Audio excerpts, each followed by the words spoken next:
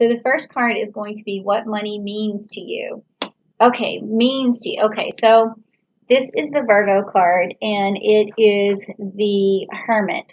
So but also if you can see right here, she's also spreading her seeds out, and that is going to help with her harvest. Okay, so money means to you something that you really have to work for, but it gives you your solitude. It makes you feel as though you're grounded for sure, because Virgos are also very grounded. And it also gives you time to reflect. So money, this is a very interesting way to look at money. I think it's different than what all the other signs have had so far. But it gives you your solitude for sure. So let's see. Let's just look at a clarification card on that. Okay, so your second chakra. So that may be something that you want to work on with the Archangel Ariel. So money also means to you the potential for romance in the future. I don't know if it's you feel like you want to secure money to have romance, or whether romance is sort of tied to how comfortable you feel when you have money. So, for instance, I know that some people, when they are struggling for money, their romance starts to go down the tubes. So, even if you're struggling for money, you want to make sure you keep that sacral chakra open so that you can also still, have the romance in your life, because that is, believe it or not, will help you manifest more, because you're releasing emotions, and you're focusing on something other than making money or making the goal. And then also it'll bring you out of your solitude, because even though you like solitude, you still want to have something for yourself that's healthy, like a healthy romance or a healthy love. Okay, so that's a interesting. I like that reading for what money means to you. That's interesting. Okay, so what is your relationship to the energy of money? So we don't often think of inanimate objects like money having energy. We think of organic, like beings or something like that give off energy. But money is a currency, and it gets around a lot. And a lot of people touch it, and a lot of people have their hands on it, and it does create energy. So what does that mean for you? Let's see what the cards say. Like what's your relationship to that energy? Okay, so cardinal fire. So the King of Wands. So when you have money, you definitely feel like you stand in your power. Money gives you energy. That's like a stately sort of regal feeling. Like you've accomplished something really big for yourself, or that you're able to have more control over your environment and your situation. So that's interesting energy right there. And we also have the Ram down there in the Aries energy, so it makes you feel more on fire and more passionate. That's probably why you got that sacral chakra in the beginning there, because it's saying here that when you do have the money, the energy from money, that you're on fire again. So the passion probably starts up again too. But let's get some clarification and see. Okay, well, this is interesting because it's a little bit, off topic here. But, well, actually, not really, because what I see is that this card means that you're not looking at what you currently have. You're not looking around your surroundings thinking, I'm good for now. I've created a success for myself, and I have good things already. I have a house, I have a home, and you don't have to be envious of what you don't have, because when you fall into, it's not just envious of other people, or although that could be true, but it's more like always thinking that you can do more, or that there's this thing that's unattainable, this life that you just can't see, because you're focused. You're focused in the future, but you're not thinking about what you've already manifested and what's already in front of you. So it's about gratitude. So I can understand what that means in terms of your relationship, to energy, because you're always looking for this spark. You're looking for this fire in the background, but what you really want to notice is that you already have it. Just be grateful for it, because it's already there. So that was a little bit You know, it does relate though. I can see how it relates, but it was a little bit off. Okay, so the next card is going to be what does money offer you? So when you finally have money, what does it do for you? What does money, you know, lend you or give to you? And it says, okay, again with the romance. Okay, so there's your, you know, your soulmate right there, and your Gemini card, so communication and romance. I think that what I'm seeing so far, Scorpio, is that you really need to feel financially secure before you get into a relationship, because maybe you don't want to depend on the other person. You definitely want, you know, to stand in your own power, and it's really tied to how romantic you feel. You know, the more independent you are, the more solitude you have for yourself. It definitely seems like uh, that is something that I'm reading here, that when you have this independence, you feel more active romantically. Okay, well, that makes sense. Okay, the next card is how can you make the most of your money? So once you have your money, how do you make the most of it? Let's see. All right, again with the fire. So now we have the Queen of Wands, which is another fire sign. So this again is like it can be that you like also to provide for your subjects in a way. I say subjects because if you think of a queen, she has a responsibility to her subjects. And when she feels like she can provide, she feels very good. So when you make how to make the most of your money is being able to provide for yourself first and then provide for others. So even if you get into a relationship, maybe you like it when you can actually pay for half, or you like it when you can pay all of it. If you're, you know, if that's your mentality, you like to hold the purse strings in a way. So that's how you make the most of your money, is being able to provide. So let's get some clarification on that one too. Okay, so your sixth chakra. So another thing that you can make the most of the money with is by having a vision. And I think that I'm feeling this energy that there's not always a straightforward vision for you. So even if you have money, you don't necessarily know exactly what you want to spend it on, or who to spend it on, or how to spend it. So you need to spend some time just visualizing and seeing what dreams you want to come true for yourself, whatever you want to manifest in your life, because it's not all about just providing for someone else.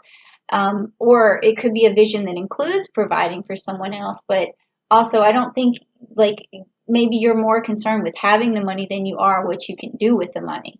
So make a vision board. Okay, so next is do you have a surplus right now of money, or are you in a sort of a shortfall or a deficit in money? So let's take a look and see. Okay, so we got the Pluto card, which is the Judgment card. In this case, I don't really think that this means necessarily judgment, because sometimes it may mean that the way you make your money may not satisfy you completely, but it does mean that there is some money, and it means that there's some abundance. So this tells me you do have some surplus for some time to come. So that's really good, especially in these times right now. Okay, and then you have this as a clarification, which is a man holding a coin. So this tells me that you have maybe a safety net of someone who you could fall back on if your surplus ran out, which is good. Or maybe there's someone who is willing to offer you some sort of financial stability if anything was to happen. Or this also could mean that there's someone who will come in your life who is financially well off, who will offer you some money. Okay, but it is a male energy, but that doesn't mean that, you know, if you're a male and you got this card, it doesn't mean that there's, you know, a male. It's just a male sort of energy of someone who's in control and someone who can offer you money. Okay, all right, so that's good. So the next card is what expense should you eliminate? And this has been fun for me because I can kind of see where you've been spending your money. Sometimes it's a little bit hard to decipher where it's going, and it has been for some of the other signs, but let's see what it is for you. Okay. Ooh, it's the Devil card, and it's Capricorn. So this actually, I mean, it's saying where should you eliminate? So it's basically anything that seems wasteful or doesn't add to your life really. So because when you look at the Devil card, Capricorn, it's like the negative side of Capricorn energy, and Capricorn energy is usually a very stable, rooted energy, a very headstrong energy, and that's all good, especially if you're saving your money and controlling your money well. But if you're being wasteful, you're going to get this card.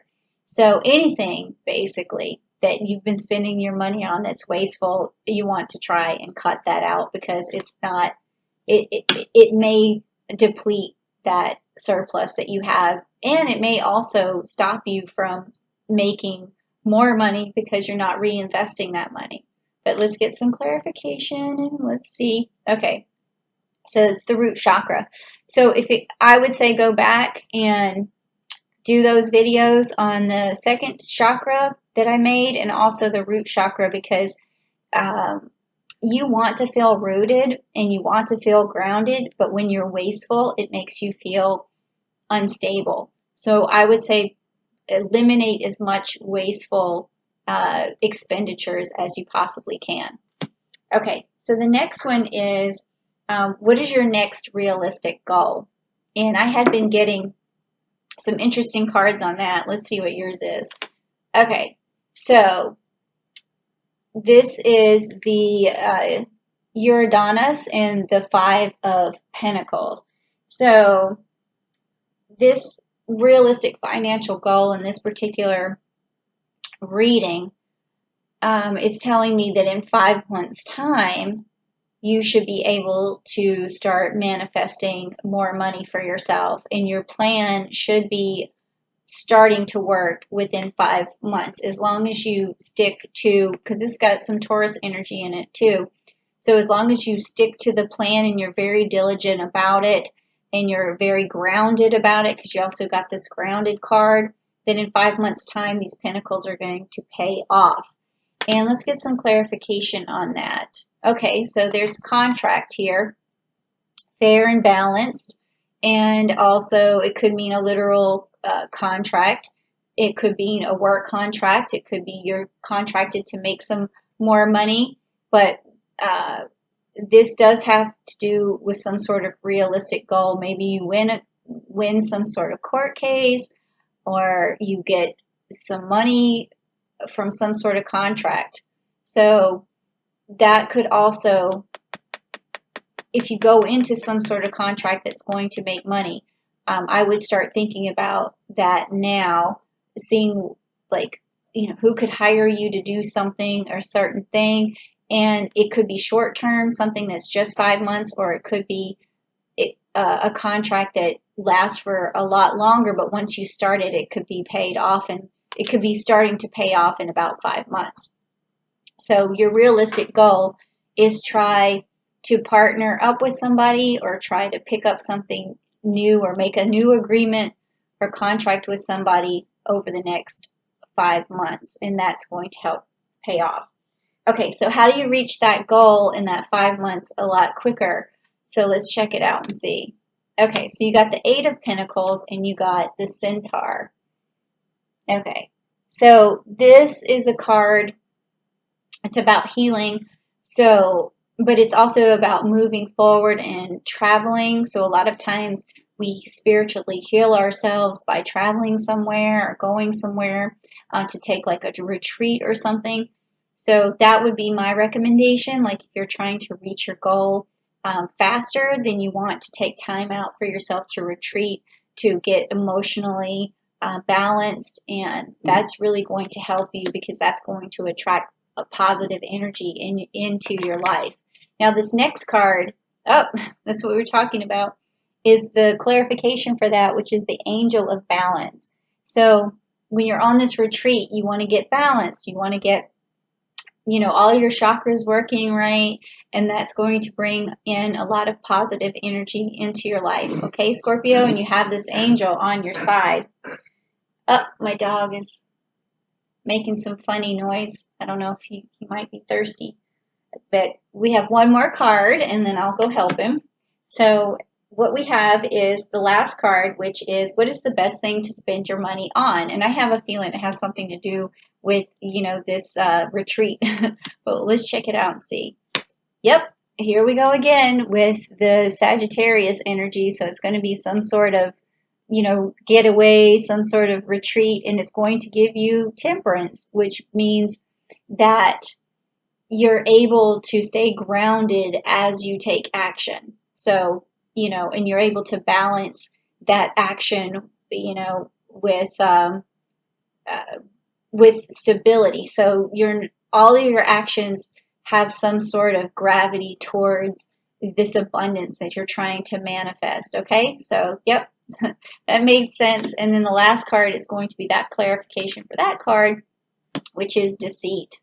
Oh boy. So this is telling me that there may be someone out there who doesn't like the success that you are about to achieve, or is either trying to put some negative energy into your way, and or either doing some sort of gossip that may